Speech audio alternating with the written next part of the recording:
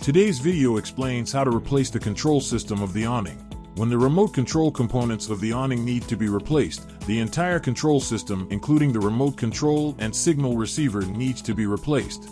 First, replace the signal receiver. Find the main control panel of the trailer. Remove the 6 screws on the main control panel. Open the main control panel and take out the signal receiver that needs to be replaced. Cut the insulation assembly on the signal receiver connection wire. The wiring harness of the signal receiver is divided into 2 groups. M20 is the circuit of the motor. JM20 is the power supply wire. Red is positive and black is negative. Brown and blue wires connect to JM20. Brown wire connects to red wire. Blue wire connects to the black wire.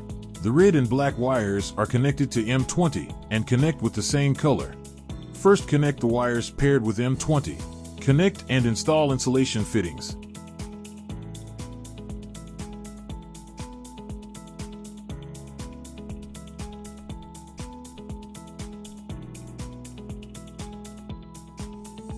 In the same way, connect the wires paired with JM20. Connect the brown wire with the red wire of JM20.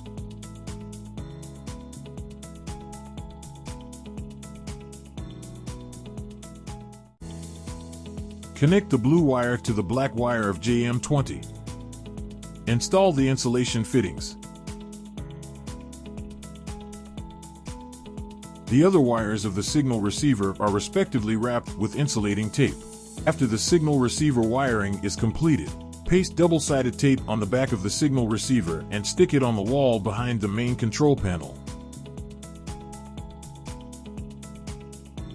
Put the rest of the wiring harness back in order. Snap on the main control panel. Put on the set screw.